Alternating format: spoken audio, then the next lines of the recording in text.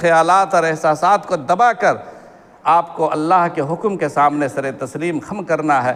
وَمَا كَانَ لِمُؤْمِنٍ وَلَا مُؤْمِنَةٍ إِذَا قَضَى اللَّهُ وَرَسُولُهُ أَن يَكُونَ لَهُمُ الْخِيَرَةُ، کسی مومن مرد کے لیے، کسی مومن عورت کے لیے جائز ہی نہیں ہے کہ اسے اختیار ہو اللہ رسول کا فیصلہ آنے کے بعد۔